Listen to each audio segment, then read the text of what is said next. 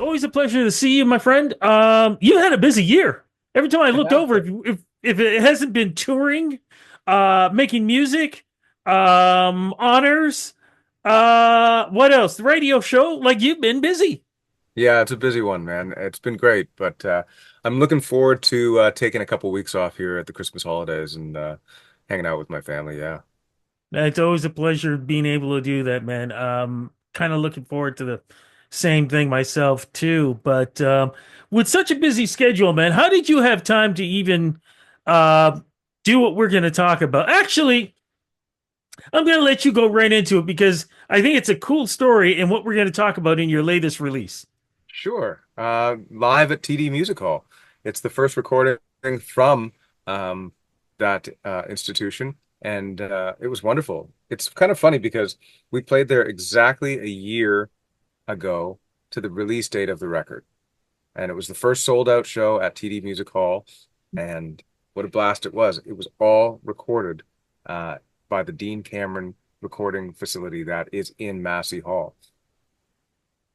And And you know, I want to jump in because, and I hope you can continue what you were going to say too, because when did you know that you were going to do this? Did you even like, was it one of these things that just sort of evolved on its own? And also, we don't get a lot of live recordings anymore.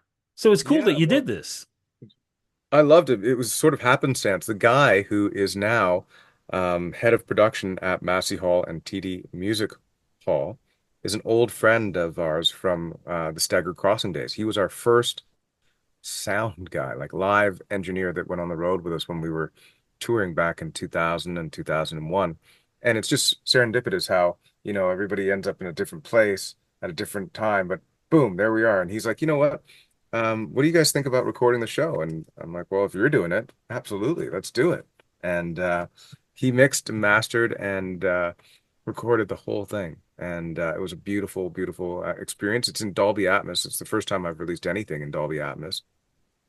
And you can't actually hear that when you're like in a car, but when you put on, head cans and stuff, you can hear it. It's pretty wild. Oh, you can hear it. There you go. Have you heard it in the There, Dolby Atmos? not yet, but now I definitely plan on to because, like I said, it's been a long time since I've spoken to somebody about recording a live album. I mean, Hmm. back in the day, that was a norm. Artists would, release, go on tour. Somewhere along the line, there's a live album that's out. Yeah, You I don't think you're hear that as exactly right. much anymore.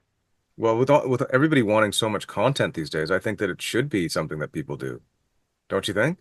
I And like, agree. I agree. yeah, add video to it, record some live recordings. Everybody wants everything to be so slick. I like the fact that it isn't. Yeah, no, and I agree with you too. So, what are some of the songs we're going to catch on this, man? Okay, so Seeds is on there, Mhm. for sure. The Ridge is on there. Um, Ballad of Young Troubadour, 100 Proof, 0 to 11, like a really big rock and roll funk thing. Bobby Champagne, which is a slow blues groove.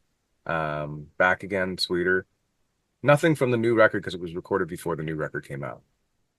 Now, when do one of the things I love about live recordings, like for me, my all-time favorites will always be Earth, Wind, and Fire live, Nice. Commodores live, Yeah, and the Jacksons live. And that's the thing that great. I love about those albums is that when, of course, you hear the original songs, you know it. Back then, they'd have a long version of it. Great. But when you finally heard the live version of some of these songs, you can't go back to the other recordings because you love them so much. Do we kind of Yeah, get different gels with some of the songs that we're yeah. used to of yours that are recordings? Do we get maybe a different little touch to that also, like we would get back in the day? I think so, yeah. I mean, I'm talking in between songs and talking through songs, so you don't get that on a recorded version for sure. What else would happen? The instrumentation's relatively the same, but like you can't play everything the same way twice. So Yeah. and the other thing that you get from it, it's like maybe some of the songs are faster just because there's a live audience there, and then you get that sort of energy from the crowd. So yeah, I think they're all faster. I love that, man. Did you get a sense of when you were going to start performing? Is there Uh, a different feel to this? knowing that, yeah, we're recording this and this is going to be an album at some point. Is it different from just going out and performing a live show? I don't think so, but there is some sort of nervous butterfly in your stomach sort of excitement about it for sure. I mean, you get that anyways because you're performing in front of a live crowd, and this is a hometown crowd too, so you get that a Yeah. little bit more. The hometown show is always a little bit more. You're a little bit more anxious about it for sure because you definitely know more people in the audience.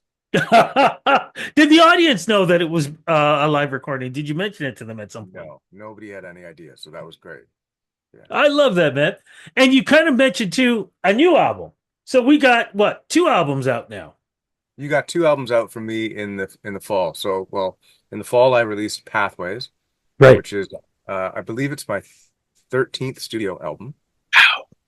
Yeah, I know it's crazy. I'm just like, what? 14 if you include the double record, to be honest. But then, yeah, so that came out September 27th, and then this came out on December 6th. Like I said, a year to the day that the concert happened. I have other things in the works. I have something with my pal Jim Cuddy coming out sometime in the new year. I was asked to do something else that I can't talk about, and then Yes, you can. You can talk about it. and then when I go to the UK, I have a different band. Um, I met a few, a couple of, well, a few rather wonderful women there that comprise my band. So it's me and three women from the UK, all from London.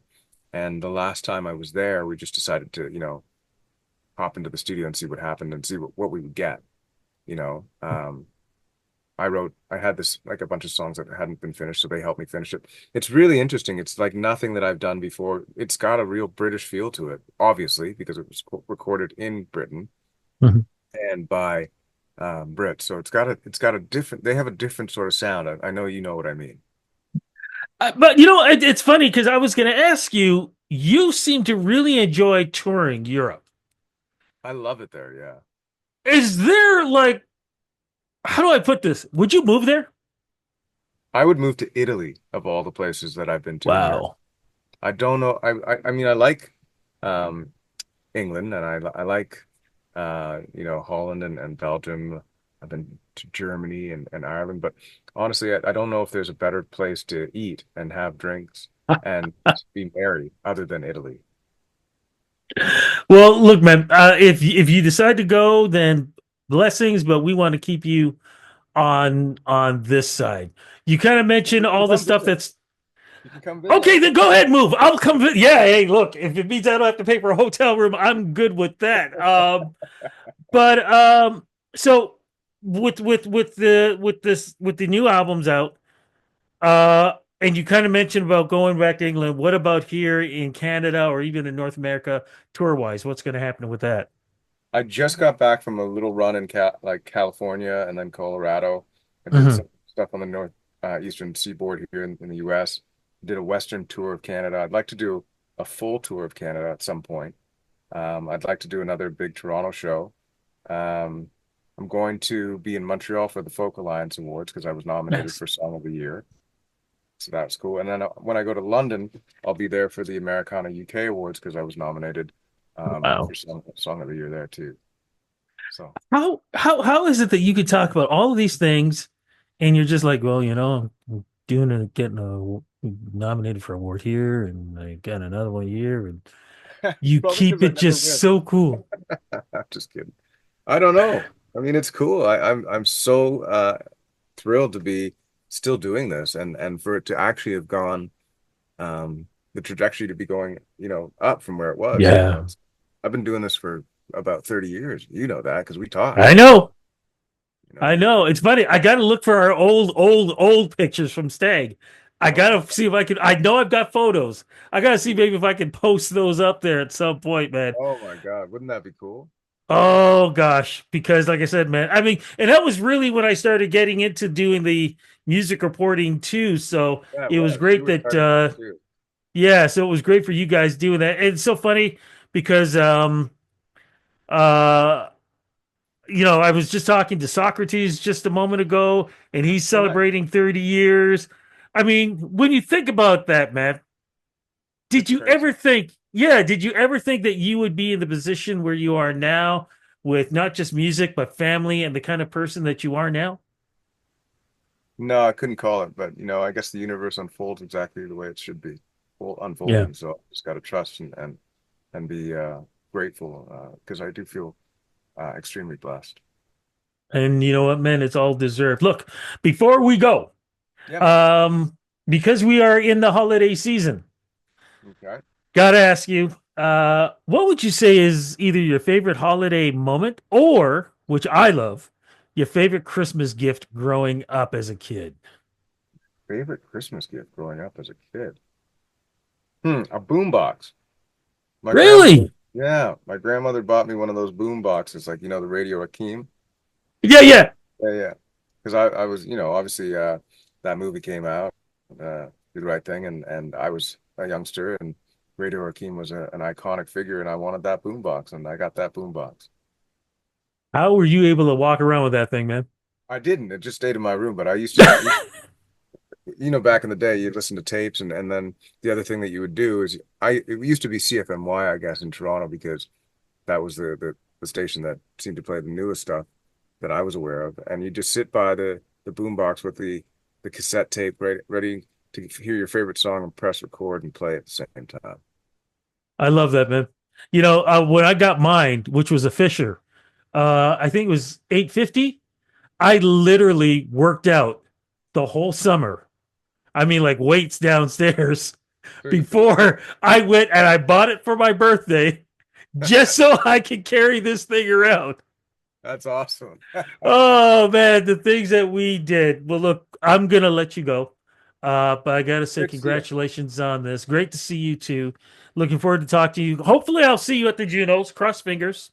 Fingers crossed. Happening in Vancouver.